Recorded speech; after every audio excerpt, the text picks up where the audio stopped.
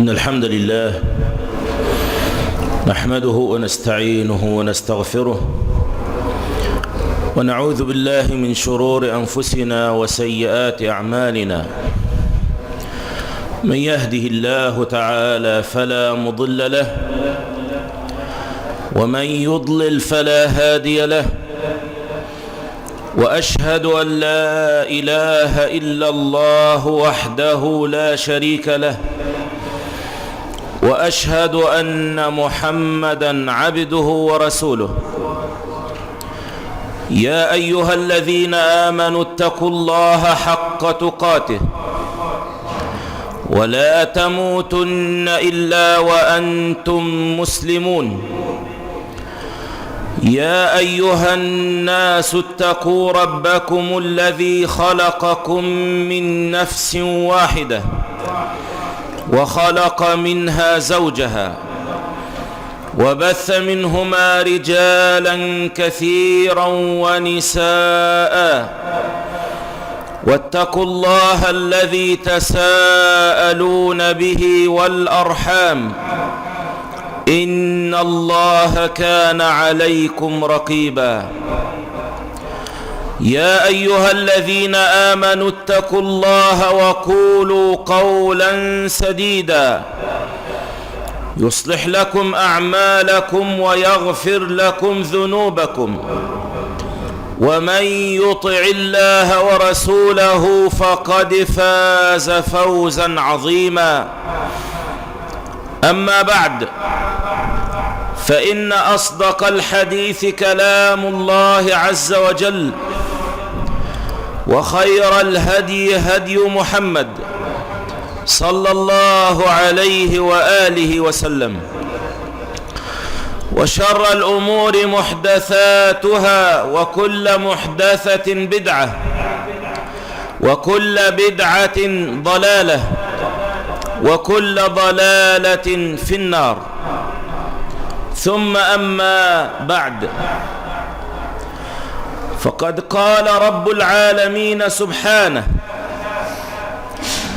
ولقد وصينا الذين أوتوا الكتاب من قبلكم وإياكم أن اتقوا الله. وقال سبحانه: وأوصاني بالصلاة والزكاة ما دمت حيا. وقال عز وجل: ووصينا الإنسان بوالديه حسنا. وقال تعالى: ووصينا الإنسان بوالديه إحسانا.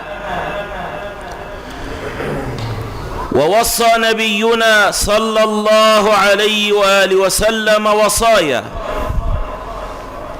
وصى بكتاب الله، وأوصاه جبريل بالجار، حتى ظن صلى الله عليه وآله وسلم أن جبريل سيورثه. وأوصى بالنساء خيرا، وأوصى بأهل مصر خيرا، وأوصى جنده بتقوى الله، وأوصاهم بالأمانة، كما يأتي نصه في حينه. ووصى إبراهيم بنيه ويعقوب أن أقيموا الدين ولا تتفرقوا فيه. ووصى عبد الله بن عمرو بن حرام ولده جابرا رضي الله عنهما: وأوصيك بأخواتك خيرا. وجاء رجل إلى شيخ الإسلام ابن تيمية رحمه الله يقول: أوصني. فقال: ما حاصله؟ لا أجد لك أنفع مما وصى الله به ورسوله صلى الله عليه وآله وسلم في قول الله سبحانه: ولقد وصينا الذين أوتوا الكتاب من قبلكم وإياكم أن اتقوا الله. وفي وصية النبي عليه الصلاة والسلام لمعاذ بن جبل رضي الله عنه لما بعثه إلى اليمن قال له: اتق الله حيثما كنت وأتبع السيئة الحسنة تمحها وخالق الناس بخلق حسن. مع الوصية والتواصي نعيش، نتأمل في كتاب ربنا سبحانه ونرتوي من كلام نبينا صلوات الله وسلامه عليه وعلى آله وأزواجه. في لغة العرب يقال أوصى ووصى، بمعنى أوصى إيصاء ووصى توصية، أي عهد إليه. والمعهود به إلى الموصى وصية ووصاية ووصاية ووصاه، فالشيء الذي توصي به وصية، وصاة، وصاية ووصاية بالفتح والكسر. والوصية الأمر بالمقدور مع التأكيد، فإذا كان أمرا في غير المقدور فليس بوصية، وإذا كان أمرا من غير تأكيد فليس بوصية. الوصية تأتي بمعنى الأمر. أمر رب العالمين بأوامر ونهى عن نواهي، وختم 3 آيات في سورة الأنعام: ذلكم وصاكم به لعلكم تعقلون، ذلكم وصاكم به لعلكم تذكرون، ذلكم وصاكم به لعلكم تتقون. ما الوصية في كتاب الله؟ هي العهد بأمر شرعي، هي الأمر بما في مقدور المخلوق المكلف مع التأكيد عليه. ففهم من ذلك أن الأمر بالمقدور دال على علم الله، ألا يعلم من خلق وهو اللطيف الخبير.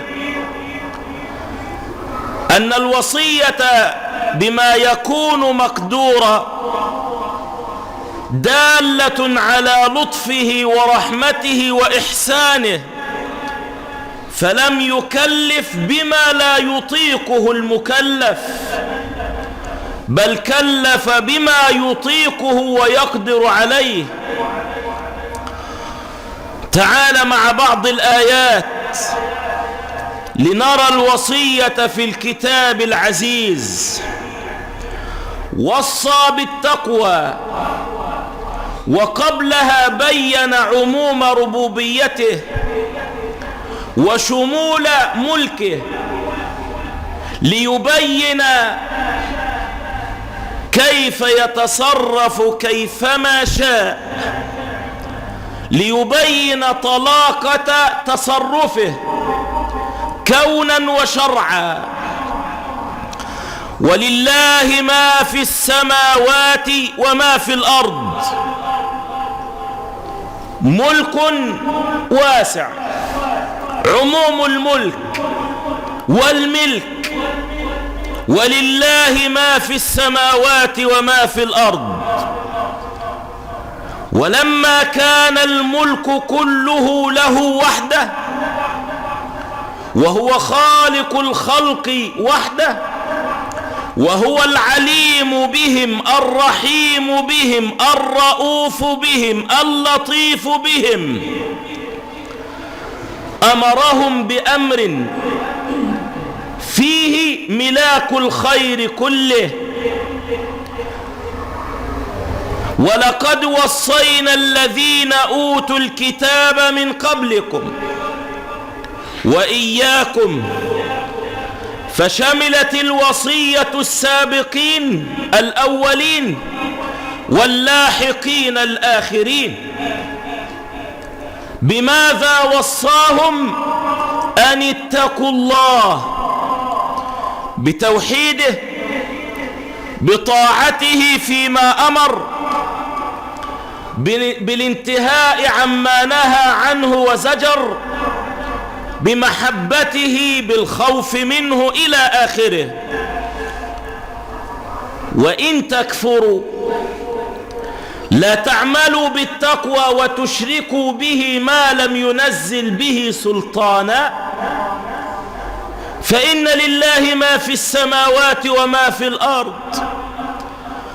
كفركم لا يضره، وإيمانكم كذلك لا ينفعه. إن سألتموه فخزائنه ملأى لا تنقصها نفقة.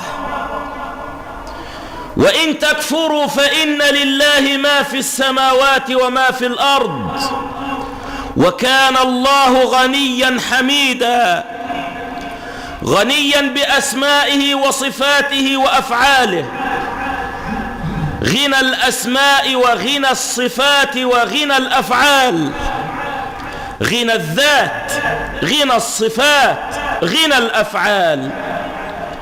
حميدا يستحق الحمد، ويحمد يثني على من يشاء من عباده. ولله ما في السماوات وما في الأرض، وكفى بالله وكيلا. فوصى الأولين والآخرين بالتقوى، أن اتقوا الله. وما التقوى؟ طاعته فيما أمر، وبالوالدين إحسانا، وإذا قلتم فاعدلوا، وأوفوا الكيل والميزان إلى آخره. والتقوى الانتهاء عما نهى عنه وزجر، ألا تشركوا به شيئا، ولا تقتلوا أولادكم من إملاق، ولا تقتلوا النفس التي حرم الله إلا بالحق إلى آخره. فما أجمل في آية النساء فسر وبين في الآيات الثلاث في الأنعام. قل تعالوا أتل ما حرم ربكم عليكم ألا تشركوا به شيئا، هذا في أول المنهيات. وبالوالدين إحسانا في أول الأوامر. ولا تقتلوا أولادكم من إملاق، من فقر وشدة وحاجة، نحن نرزقكم وإياهم. ولا تقتلوا النفس التي حرم الله إلا بالحق، ذلكم وصاكم به لعلكم تعقلون.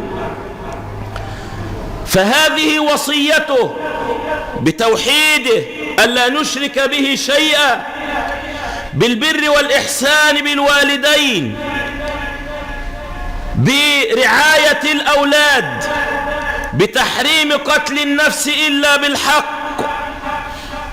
ثم أمر بعدها بالإحسان إلى اليتيم، ولا تقربوا مال اليتيم إلا بالتي هي أحسن حتى يبلغ أشده، وأمر بالوفاء وإيفاء الناس حقوقهم، وختم الآية: ذلكم وصاكم به لعلكم تذكرون.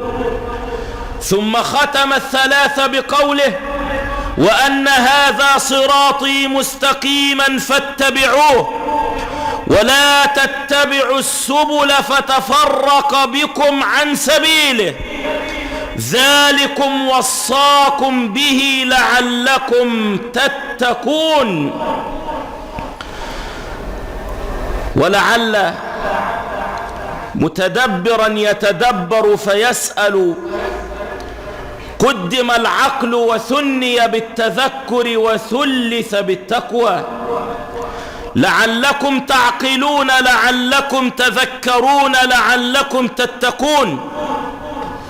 وجوابه: إنهم إن عقلوا وفهموا وتدبروا تذكروا واعتبروا، وإن تذكروا واعتبروا خافوا واتقوا. فالعقل طريق التذكر، والتذكر طريق التقوى، فأمر بما أمر ونهى عما نهى، وذيل ذلك بالوصية مفخما ذلك باسم الإشارة ذلكم، وأتى بميم الجمع إذ الخطاب للأمة كلها وليس لواحد. ذلكم وصاكم به لعلكم تعقلون لعلكم تذكرون لعلكم تتقون. إذن هناك ذكر المآل التقوى، لكن هنا قدم بالعقل والتذكر اللذين هما طريق التقوى، والقرآن يفسر بعضه بعضا. وبماذا أوصى ربنا عبده وآيته وكلمته عيسى عليه السلام؟ أوصاه بالصلاة والزكاة، وأوصاني بالصلاة والزكاة ما دمت حيا، وهذان ركن الإسلام الثاني والثالث، فأين الأول؟ جاء قبلها قال: إني عبد الله، ففيه الإيمان بالله والإيمان بما يرسله الله وبما ينزله الله، والإيمان بوعد الله والإيمان بقدر الله. قال: إني عبد الله آتاني الكتاب وجعلني نبيا وجعلني مباركا أينما كنت وأوصاني بالصلاة والزكاة ما دمت حيا. ووصى بحق الوالدين في آيات: ووصينا الإنسان بوالديه حسنا، ووصينا الإنسان بوالديه إحسانا، ووصينا الإنسان بوالديه حملته أمه وهنا على وهن، فوصى الإنسان بأصله الذي هو والداه، وصاه بهما إحسانا وحسنا وطاعة وبرا ورفقا إلى آخره. إذن هذه وصية الله بتقواه، وصيته بما أمر، ووصيته باجتناب ما نهى، وصيته بالصلاة وبالزكاة. ووصى إبراهيم كذلك بنيه، ويعقوب كذلك وصى بنيه. بماذا يا ترى؟ إذ قال له ربه أسلم قال أسلمت لرب العالمين. ووصى بها إبراهيم بنيه ويعقوب أي وصى إبراهيم ويعقوب كل منهما وصى بنيه بماذا؟ أن أقيموا الدين، أظهروا شعائره وقوموا بها ولا تتفرقوا فيه. فهذه وصية الخليل ووصية الكريم يعقوب بماذا؟ بإقامة الدين، بتقوى الله، بطاعته في أمره واجتناب نهيه. وماذا أيضا عن الوصية؟ تأتي الوصية طريقا للنجاة من الخسار في الدنيا والآخرة، وطريقا للنجاة من أشد عقبة في طريق الإنسان. والعصر إن الإنسان لفي خسر إلا الذين آمنوا وعملوا الصالحات وتواصوا بالحق وتواصوا بالصبر. يقسم رب العالمين بالعصر، الزمن عموما، زمن النبي عليه الصلاة والسلام، زمن صلاة العصر، يقسم بصلاة العصر أيا كان. ما المقسم عليه؟ إن الإنسان لفي خسر، جملة اسمية جواب للقسم مؤكدة بإن وباللام. وجاءت كلمة الإنسان محلاة بالألف واللام لاستغراق أفراد الجنس. إن الإنسان لفي خسر، لا بد أن تقف معها. إن الإنسان لفي، وفي تفيد الظرفية، إذن هو في خسر، والخسر من حوله يحيط به من كل ناحية. واستثنى رب العالمين فئة اتصفت بأوصاف 4: إلا الذين آمنوا وعملوا الصالحات وتواصوا بالحق وتواصوا بالصبر. ورد عن الشافعي الإمام رحمه الله فيما نقله ابن كثير رحمه الله في تفسيره: لو تدبر الناس هذه السورة لكفتهم. لو أن الله رب العالمين لم ينزل إلا سورة العصر بيانا لطريق النجاة لكانت السورة كافية، وهي 3 آيات وكلماتها معدودة. إلا الذين آمنوا ألا تشركوا به شيئا وعملوا الصالحات وبالوالدين إحسانا ورعاية الأولاد وتحريم قتل النفس التي حرم الله إلا بالحق والوفاء بالعهد والعدل في القول وإيفاء الناس حقوقهم إلى آخره. إلا الذين آمنوا وعملوا الصالحات، فإذا فعلهما كمل نفسه، راعى حق نفسه، وتواصوا بالحق وتواصوا بالصبر، فإذا قام بهما كمل غيره، وبهما يصلح حال المجتمع.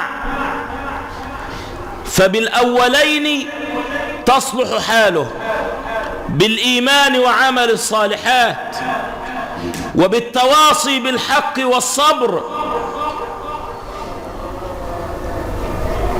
تصلح حال المجتمع.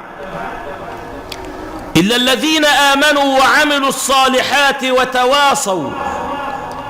عرفنا أوصى ووصى، فما معنى تواصى؟ تواصى القوم، وصى بعضهم بعضا، ووصى عهد إليه وأمره بما هو مقدور له، دلالة على المحبة والشفقة والنصح والإحسان. وتواصوا بالحق، والحق الدين كله. وتواصوا بالصبر على الطاعة، والصبر عن المعصية، والصبر على الأقدار التي قد تكون مؤلمة. فوصى بعضهم بعضا بالحق بالتزامه والتمسك به، ووصى بعضهم بعضا بالصبر، لأنهم إذا آمنوا، والإيمان قول وعمل، فظهر أثر إيمان القلب على الجوارح فاستقاموا عملوا الصالحات. ولما كانوا مؤمنين محبين للصالحات أحبوا أن يكون غيرهم من المسلمين مثلهم كذلك، فأمروهم ونصحوهم وعهدوا إليهم بالحق. فلما تواصوا بالحق نالهم من الأذى ما نالهم، هذا يغمز وهذا يلمز، وهذا يعيب وهذا يطعن، هذا يسخر، هذا يستهزئ، هذا يستخف. كان الأمر يحتاج إلى صبر، فقال وتواصوا بالصبر. فهذا سبيل النجاة، إيمان وعمل صالحات وتواص بالحق وتواص بالصبر. وفي بيان أهمية الوصية والتواصي تجد قول الله سبحانه وتواصوا بالصبر وتواصوا بالمرحمة. سبيل الربح الفوز الإيمان وعمل الصالحات والتواصي بالحق والصبر. وما السبيل لتجاوز العقبة الكؤود التي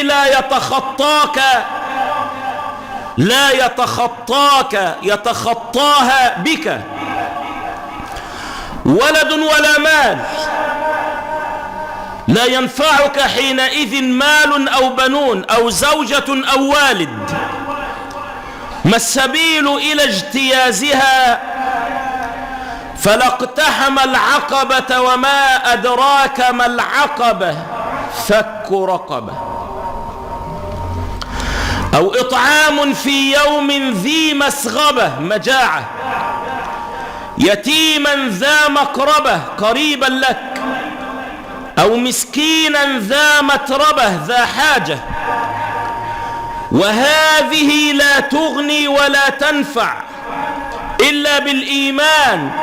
ثم كان من الذين آمنوا وتواصوا بالصبر وتواصوا بالمرحمة. فمن مكملات الإيمان بل من لوازمه ومقتضياته الصبر والرحمة. ليس هذا فحسب، ليس أن يصبر فحسب، بل يصبر وأن يوصي غيره بالصبر وتواصوا، وأن يرحم وأن يوصي غيره بالرحمة وتواصوا بالمرحمة. وفي قوله وتواصوا بالصبر وتواصوا بالمرحمة، وقوله وتواصوا بالحق وتواصوا بالصبر، جاء ذكر التواصي ولم يأتي ذكر الوعد، ولم يأتي ذكر النصح. فلما لم يقل ونصحوا بالحق ونصحوا بالصبر أو وعدوا؟ لا، جاء في صيغة الوصية التي تدل على المحبة، تدل على الرفق، تدل على الإلزام. عهدت إليك بكذا فافعل فإني محب لك الخير. وحديث القرآن عن الوصية شيق لكن إشارات. وماذا عن وصايا نبينا محمد عليه الصلاة وأتم التسليم؟ في حديث عبد الله بن أبي أوفى وقد سئل: هل أوصى رسول الله صلى الله عليه وسلم؟ قال: لا. فقال سائله: فلما كتب الوصية على المسلمين؟ بمعنى كتب الله سبحانه الوصية على المسلمين ورسول الله صلى الله عليه وسلم لا يوصي؟ فقال ابن أبي أوفى رضي الله عنه: أوصى بكتاب الله.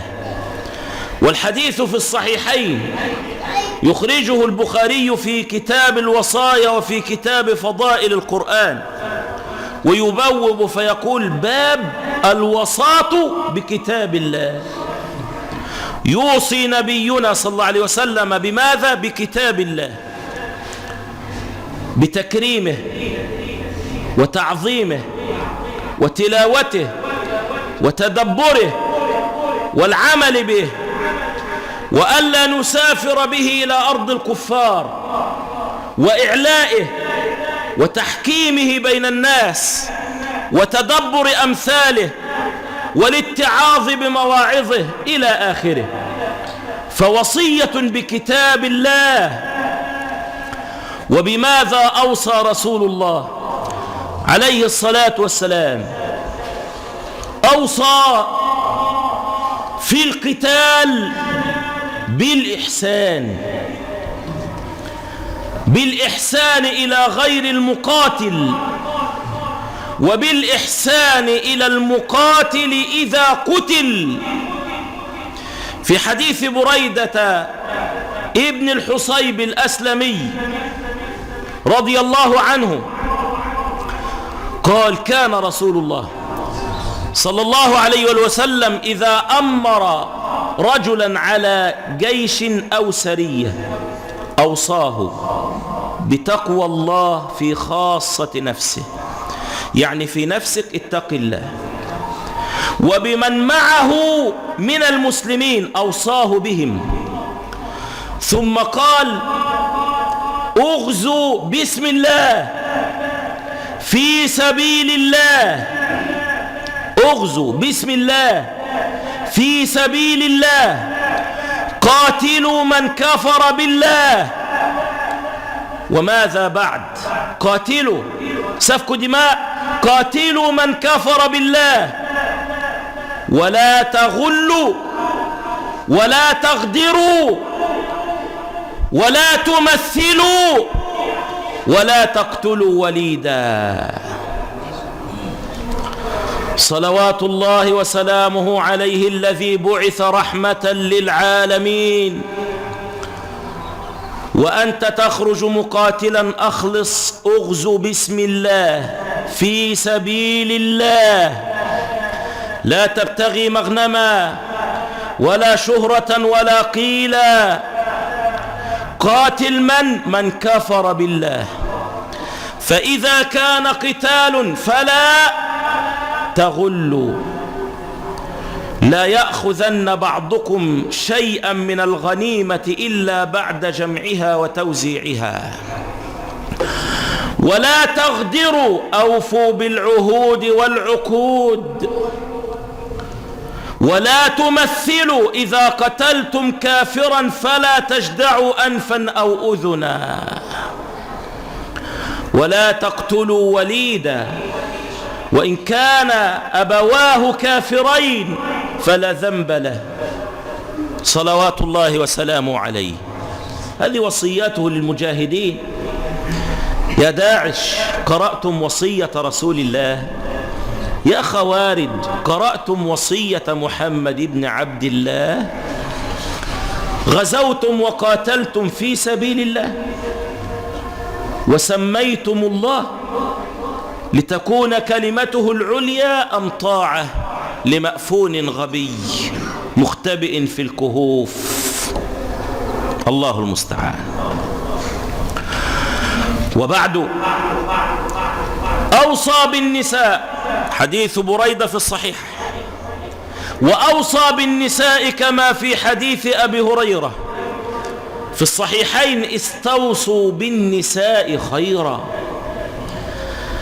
فإن المرأة خلقت من ضلع، وإن أعوج ما في الضلع أعلاه، فإذا ذهبت تقيمه كسرته، وإن تركته لم يزل أعوج، فاستوصوا بالنساء خيرا. وفي السنن: اتقوا الله في الضعيفين، المرأة واليتيم. ينظم المجتمع، يبصر بالحقوق والواجبات. بين رب العالمين لك أيها الرجل أن لك الحق فأنت القوام، لكن المرأة ضعيفة، خلقت من ضلع، وأعوج ما في الضلع أعلاه، فالضلع منحني مقوس، وأشد انحنائه واعوجاجه وتقوسه ما كان عند رأسه، وكذا ما كان عند قاعدته. إذن عقلها ليس كعقلك، فاستوص بها خيرا، عاملها بالحكمة لا بالقوة، عاملها بالشهامة والنبل لا بالفحولة. فاستوصوا بالنساء خيرا، وراعي ما عندها في عقلها، وأنها لن تكون كالرجل أبدا، فإذا ذهبت تقيم الضلع انكسر، إذ خلقه الله معوجا، وإن تركته بقي على اعوجاجه، لا يزداد اعوجاجا بتقويمك. فافهم، علمت الخير. تريد رجلا سينكسر، تتركها لحالها يزداد اعوجاجها، فماذا أنت صانع؟ قوم، ولن تكون مثلك. فاستوصوا بالنساء خيرا. وفي حديث أبي ذر عند مسلم: إنكم ستفتحون أرضا يذكر فيها القيراط، فاستوصوا بأهلها خيرا. وصية من رسول الله عليه الصلاة والسلام بالقبط أهل مصر، فإن لهم ذمة ورحمة، وفي رواية صهرا ورحمة. وتتعدد وصايا النبي صلى الله عليه وسلم. ما زال جبريل يوصيني بالجار حتى ظننت أنه سيورثه، أخرجاه في الصحيحين من حديث عائشة رضي الله عنها، ومن حديث عبد الله بن عمر رضي الله عنهما، ومثله في السنن من حديث عبد الله بن عمرو بن العاص، حتى ظننت أنه سيورثه. أين هذا؟ في واقعنا المر الأليم. وأوصى أبا ذر: يا أبا ذر، إذا طبخت مرقة فأكثر ماءه. طبخت لحما وما شابه، فأكثر ماءه، لا يضرك اللحم كما هو، وإنما هذا خلص إلى الماء من اللحم ببركة رب العالمين. ثم انظر بها جيرانك فأصبهم منها، اللحم لك، وتعاهد جيرانك بشيء من المرقة. أيضير كذلك؟ يشرب ويحمد، أو ينضج بالمرقة طعاما فيكون فيه طعم ورائحة اللحم، واللحم لك والأجر من ربك. فما أعظم الإسلام، وما أحسن الإسلام، وما أجمل وصايا النبي عليه الصلاة والسلام. وأختم بحديث أبي هريرة: أوصاني خليلي بثلاث: بصيام 3 أيام في كل شهر، وركعتي الضحى، وأن أوتر قبل أن أنام، أخرجاه في الصحيحين. ومثله من حديث أبي ذر عند مسلم. تلك نظرة سريعة جدا على وصية النبي محمد صلى الله عليه وآله وسلم. أقول ما تسمعون، والله سبحانه وتعالى من وراء القصد.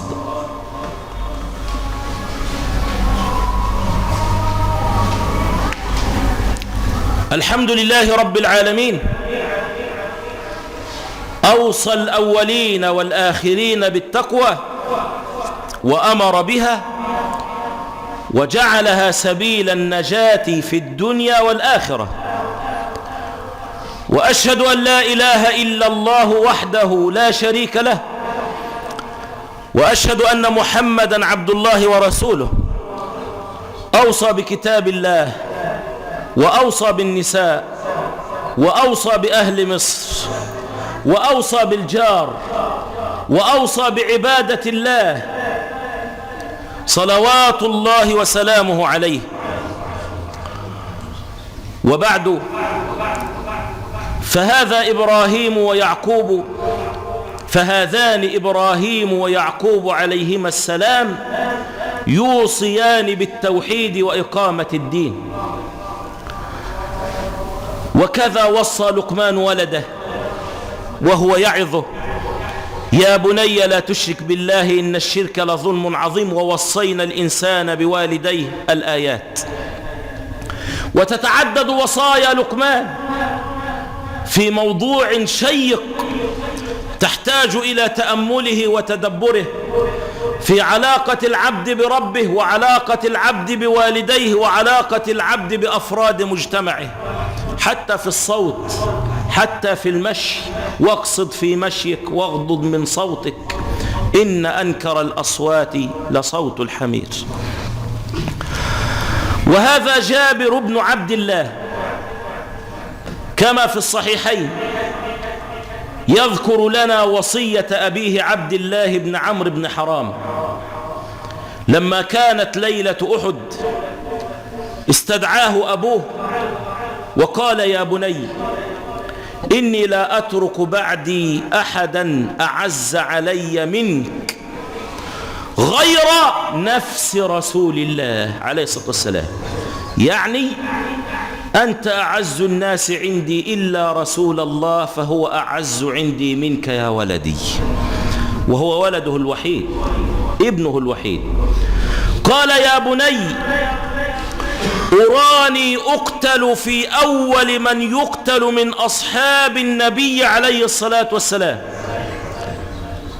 فإذا أنا قتلت فإن علي دينا فاقضه، واستوصي بأخواتك خيرا. استوصي بأخواتك خيرا، لا تأكل الميراث في كرشك، استوصي بأخواتك خيرا. يلقاه النبي صلى الله عليه وسلم بعد ذلك وبه أثر الصفرة: يا جابر، تزوجت؟ قال: نعم. بكرا أم ثيبا؟ قال: ثيبا. قال: هلا بكرا تلاعبها وتلاعبك؟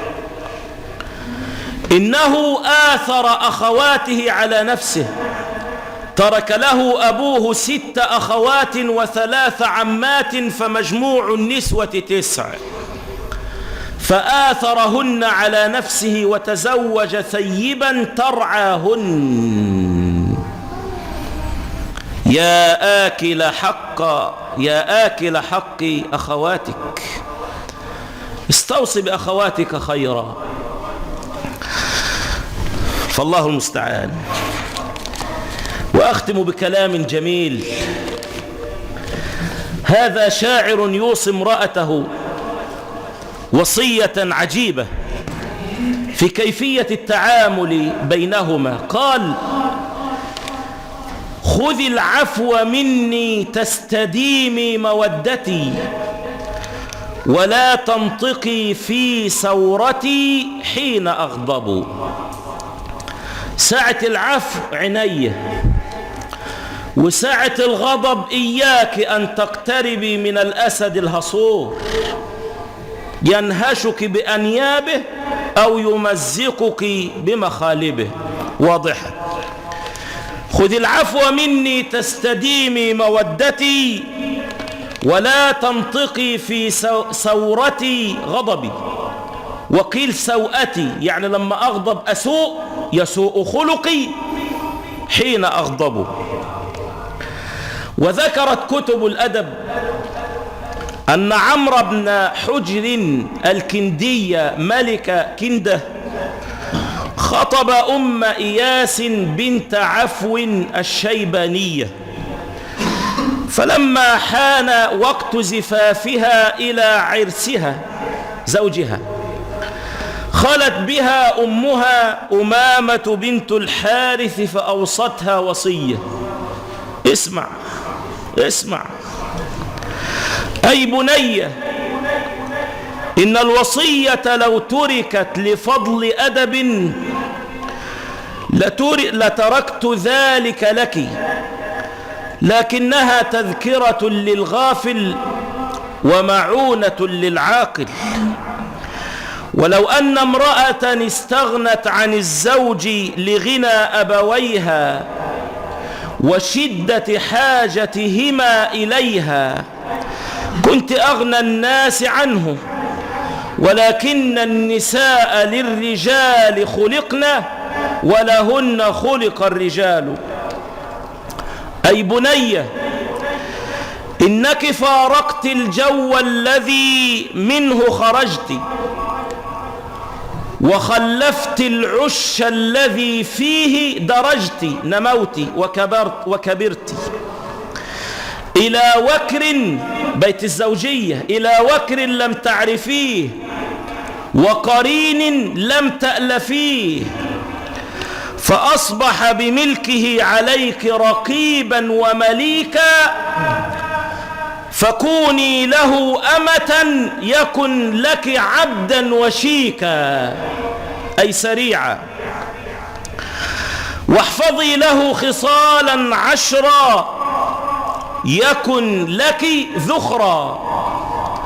أما الأولى والثانية فالخشوع له بالقناعة، وحسن السمع له والطاعة. أنفقي على قدر ما في يده، قناعة. فالخشوع له بالقناعة، وحسن السمع له والطاعة. وأما الثالثة والرابعة فالتفقد لمواقع عينيه وأنفه، فلا تقع عينه منك على قبيح، ولا يشم منك إلا أطيب ريح. أقسم بالله كلام يكتب بالذهب. فلا تقع عينه منك على قبيح، ولا يشم منك إلا أطيب ريح. وأما الخامسة والسادسة فالتفقد لوقت منامه وطعامه، فإن تواتر الجوع ملهبة، وتنغيص النوم مغضبة. وأما السابعة والثامنة فالاحتراس بماله والإرعاء على حشمه وعياله. وملاك الأمر في المال حسن التقدير، وفي العيال حسن التدبير. وأما التاسعة والعاشرة فلا تعصين له أمرا، ولا تفشين له سرا، فإنك إن خالفت أمره أوغرت صدره، وإن أفشيت سره لم تأمني غدره. ثم إياك والفرح بين يديه إن كان مهموما، والكآبة بين يديه إن كان مسرورا.